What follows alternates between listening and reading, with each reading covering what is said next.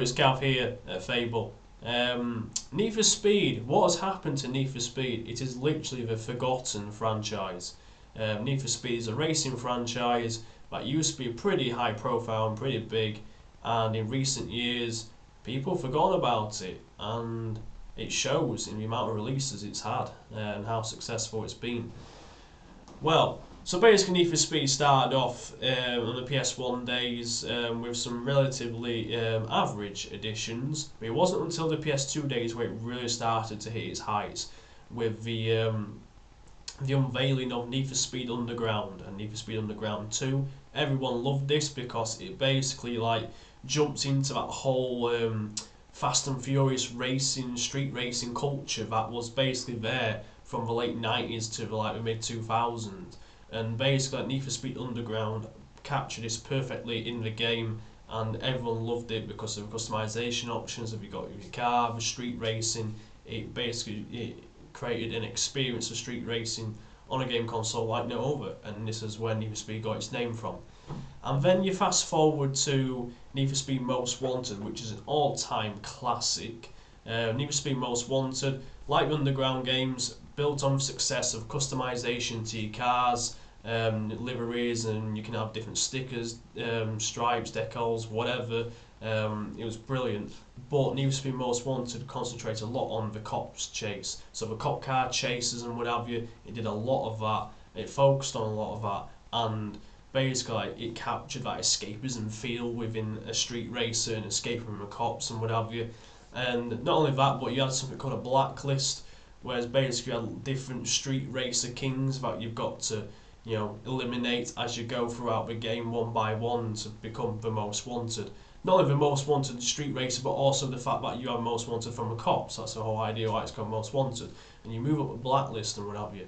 And it's really good. It's open world as well. Need for Speed Underground 2 was open world, which was the first open world game, but Most Wanted was open world but was bigger, and everyone loved it because of it. So there's loads of different scenarios to why Need for Speed Most Wanted is an absolute classic. And then followed it up with another good addition, Need for Speed Carbon. Now this came out on PS2, but it also came out on the next generation of consoles, PlayStation 3 and Xbox 360. And Need for Speed Carbon built on the open world aspect of Need for Speed Most Wanted and customization, but Carbon focused more on the drifting element. So it was kind of like you're taking inspiration from Fast and Furious Tokyo Drift, which is a very famous film, and basically you had the canyons and the drifting between the mountains and stuff, a lot of drifting challenges, and it focused a lot of its core gameplay on this, and this was really good. And then you also have your own team as well. You literally get to create your own drift team and what have you, and your racing crew and that, which is pretty cool.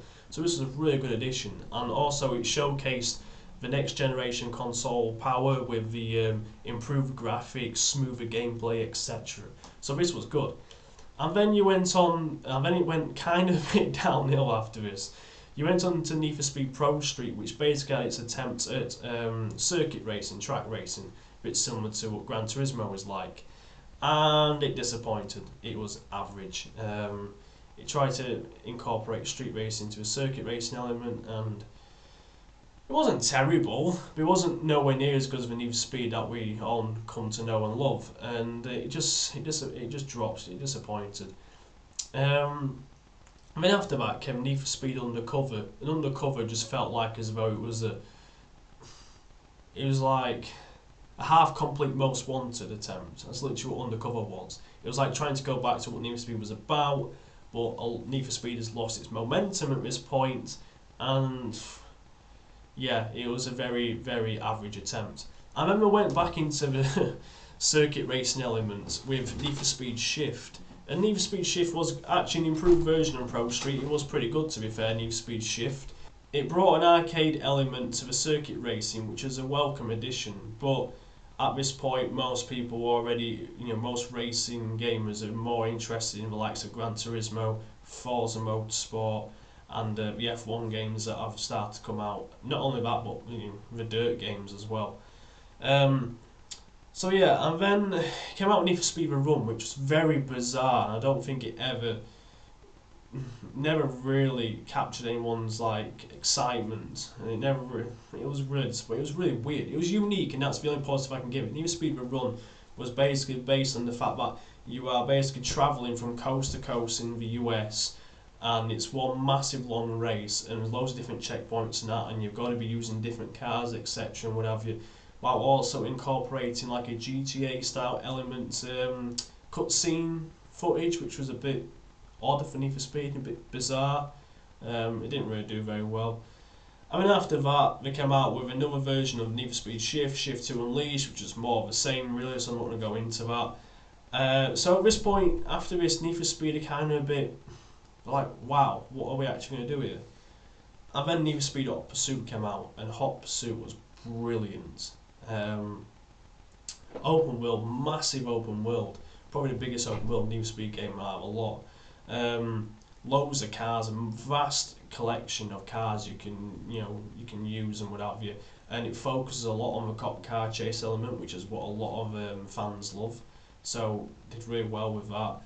But the customization was a bit disappointing. You didn't have a customization freedom that you had on Need for Speed Most Wanted or Carbon or even Undercover. So it was a bit. That was disappointing, to be honest. But it was a solid attempt to reclaim what Need for Speed used to be about. It was a good game. I then followed it up with another Need for Speed Most Wanted, which was not the same as the previous Most Wanted. In the previous Most Wanted, you got to earn your way through the game, upgrade your car to get, win more races, get more cash, get a faster car, etc., and build yourself up like that.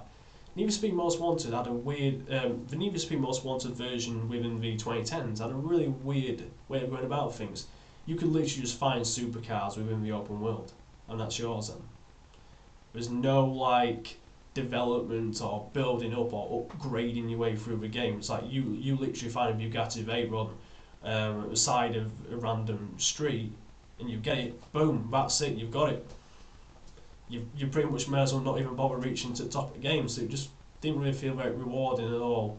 And then after that, we've had Need for Speed World, which is a PC game. I've not played that myself, so I can't really comment very well. But from what I've heard, that never really hit off like it should have done.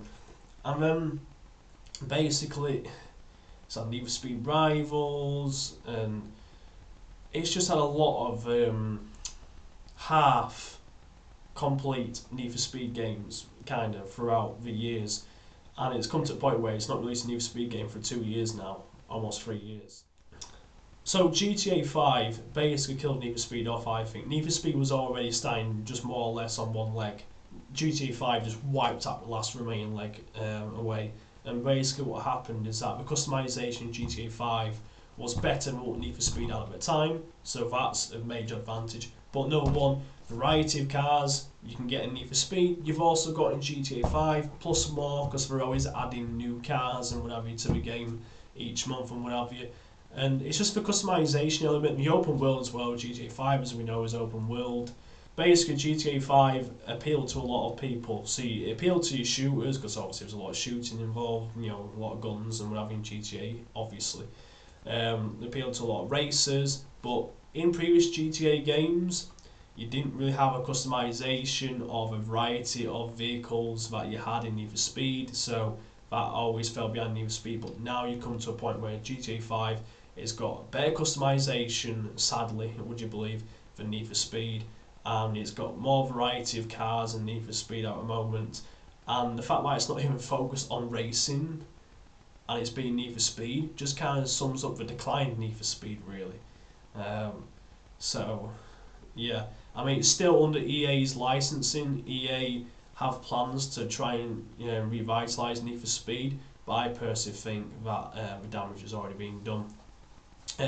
Especially when you're seeing the success of the F1 games now and how popular that's becoming. You saw the success of the dirt games, the rally dirt games, which was awesome. And you can just, and Forza Motorsport as well, has been consistent throughout the years. I personally have not played it, but I've seen the gameplay footage and I've seen what a lot of people have to say about it, and I've read up about it now. Forza Motorsport is consistent, so that's always going to be there. Gran Turismo just goes from strength to strength on the circuit, on the track, so that's definitely an avenue that Need for Speed cannot compete with. So yeah, Need for Speed's kind of died. It's quite sad.